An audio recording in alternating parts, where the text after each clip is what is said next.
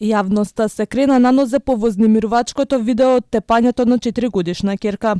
Мајката го снимила нападот, а таткото заврши во притвор. Центарот за социјални работи извршил разговор. Децата се со мајката, а надлежните постапуваат по случајот. На ден 22.6.2025 година, специјализиран тим доби пријава од МВР за семејно насилство поднесена од страна на мајката, во која се наведува дека таткото извршил насилство врз малолетното дете. Од страна на центарот веднаш е постапено. Воспоставен е контакт со мајката и е понудено сместување во шелтер, но истата го одби тоа. За ден 23.6.2025 година е закажана средба во центарот на која мајката се појави и беше спроведен разговор со истата. Постапено е согласно законските прописи и како институција ги презедовме сите потребни мерки за заштита на правата и интересите на децата. За да се надминат последиците од вакви сурови физички напади, потребна е брза стручна помош. Некој да се грижи и работи со нив, сметаат психолозите.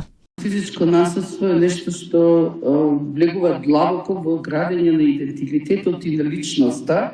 Значи, доминира обично чувството на безвредност, дисконекција од телото, значи се одвојат затоа што нешто што е така повредено, увредено, им е тешко да го прифатат.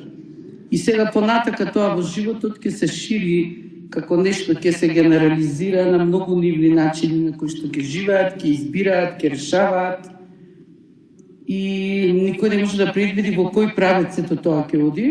Родителите имаат клучна улога во воспитувањето на детето, а кога тоа ќе почувствува и доживее ваква траума, ако не се вклучат стручни служби, може да се чувствува виновно за тоа што се случило, велат од детската амбасада Меѓаши.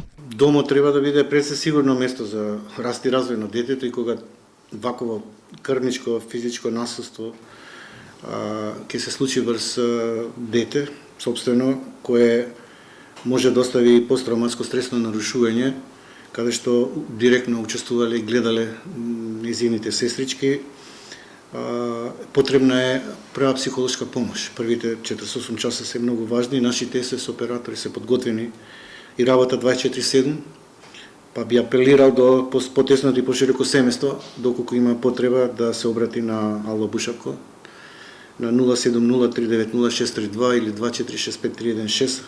Разговарав со нашите оператори и тие се подготвени да дадат прва психолошка помош. Основното јавно обвинителство покрена постапка против осомничен татко за семејно насилство врз неговата малолетна ќерка родена во 2021 година.